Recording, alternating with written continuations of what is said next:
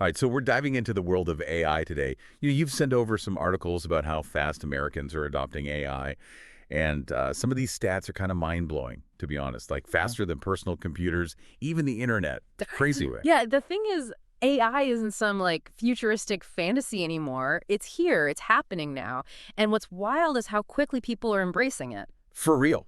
There was this one study, right, and it found nearly 40% of Americans aged 18 to 64 have already used generative AI. And I know. Sometimes these terms can sound like a foreign language, so just to clarify, generative AI, that's the kind that actually makes stuff. Text, images, even music. It's like having a creative partner in your pocket. So, I mean, I get why it's catching on like wildfire, but still, 40% already. Mm. We're talking about almost half the adult population. It really begs the question, are we seeing like a massive societal shift happening right before our eyes? I think it's definitely a possibility. I mean, think about it. Computers and the internet, they completely revolutionized the way we live, right? This rapid AI adoption. It kind of suggests that AI has the power to be just as transformative, maybe even more so. Okay, I'll admit it, I'm getting a little swept up in all the AI hype now. Yeah. But hype aside, let's take a closer look at how people are actually using AI in the real world, you know?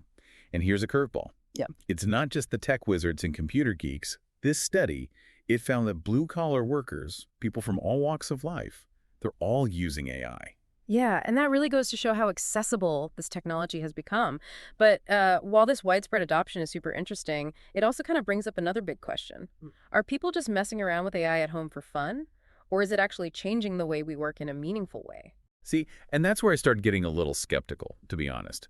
Because this study, it found people are using AI more at home than at work. And that got me thinking, maybe AI is more of a cool toy than a productivity powerhouse, you know? Especially since I came across another study. This one was from the Census Bureau, and they found that only 5% of businesses reported using AI. So, like, what's the deal? What's the real story here? It kind of highlights this really important difference between how we think about AI adoption and what's really going on. Economist David Deming, one of the authors of the study we were just talking about, he actually suggested there might be a ton of under the radar AI use happening in workplaces. Under the radar, what do you mean? Like imagine employees using ChatGPT for things like writing emails, but maybe they're not telling their boss about it, so it's not being officially recorded as AI use. Oh, okay. Yeah, that makes a lot of sense. It kind of reminds me of when smartphones first became a thing. I bet you tons of companies had no clue how to even categorize smartphone use back then. But this whole hidden AI use thing brings up another really interesting point, doesn't it?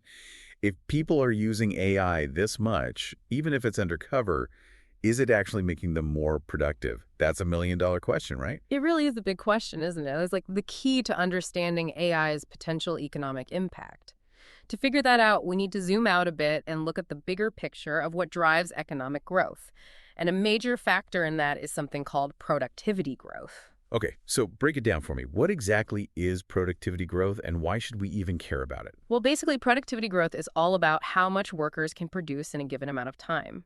The more they can do in less time, the better.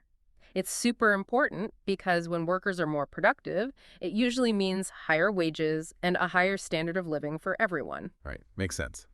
So, more stuff, less time. Sounds like a pretty sweet deal to me.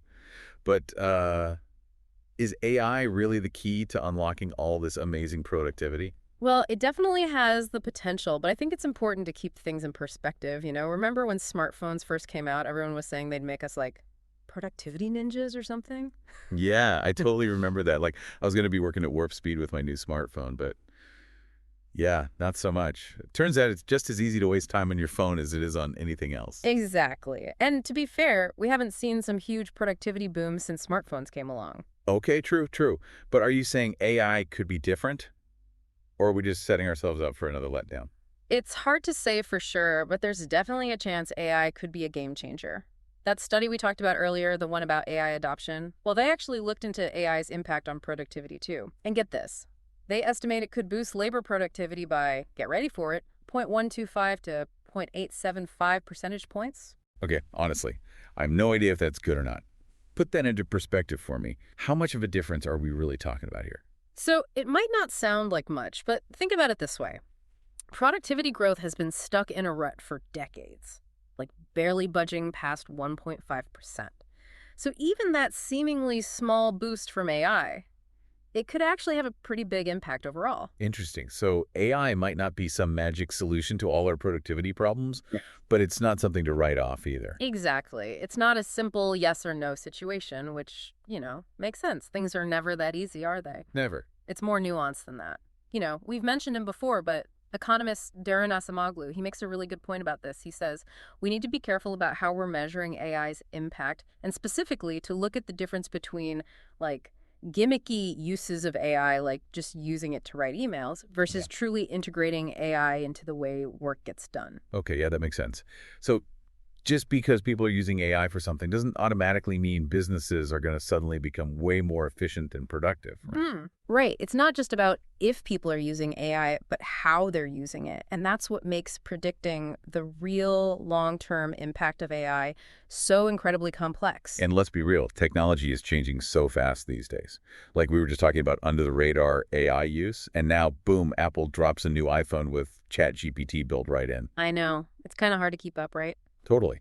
And it feels like every other day there's some new breakthrough that just completely blurs the lines between, like, using AI for work and using it in our personal lives. You've hit the nail on the head there. This is just the very, very beginning of the whole AI thing. And as AI becomes more and more embedded in our everyday tools and devices, it's going to get harder and harder to even define what using AI really means. Yeah, it's almost like we're trying to measure something that's constantly shifting and changing right in front of us. Mm. So like trying to catch smoke, almost. And actually, even the authors of that study we keep mentioning, they basically admitted that accurately measuring AI adoption is going to be a huge challenge moving forward, precisely because it's becoming so widespread and diverse in how it's used. It really is a tricky thing, isn't it? Trying to get a handle on something that's like weaving itself into every aspect of how we do things. Yeah, it's almost like, imagine back when electricity was brand new, trying to measure the impact of the light bulb. Like, it's everywhere, and it changed everything. Totally. And it's not even just about measuring the impact, it's about understanding what it all means, right? For the economy, for our jobs, for just like how we live our lives. Exactly. And that's where I think having all these different perspectives is so important. We can't just get caught up in all the hype and assume AI is going to solve every problem, but we can't just dismiss it either. There's got to be some kind of middle ground, right? Absolutely. And that's really what we're trying to do here, right? Have these conversations, look at all sides of it. Totally. We've got economists like David Deming who seem cautiously optimistic. They think AI could really boost productivity, which would be awesome, right? Right. Yeah. But then you've got people like Darren Asimoglu who are saying, hey, hold on a minute. Let's not get ahead of ourselves here. He's urging everyone to really look closely at how AI is being used in workplaces to see if those productivity gains are actually happening. It seems like even the experts are still figuring things out, which is kind of reassuring. For sure. It means there's still questions to ask. And honestly, this isn't just a conversation for like economists and tech people. You know what I mean? It affects everyone. Exactly. This whole thing about under-the-radar AI use has really stuck with me.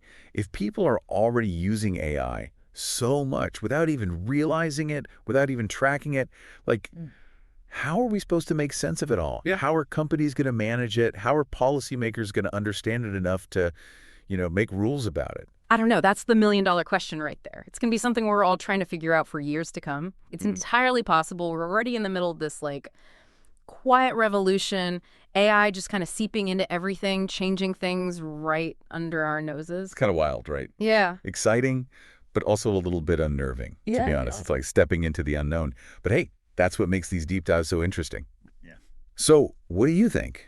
Are we on the verge of a productivity explosion thanks to AI, or is it all hype?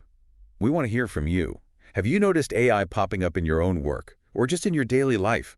Let us know. This is definitely a conversation that's just getting started.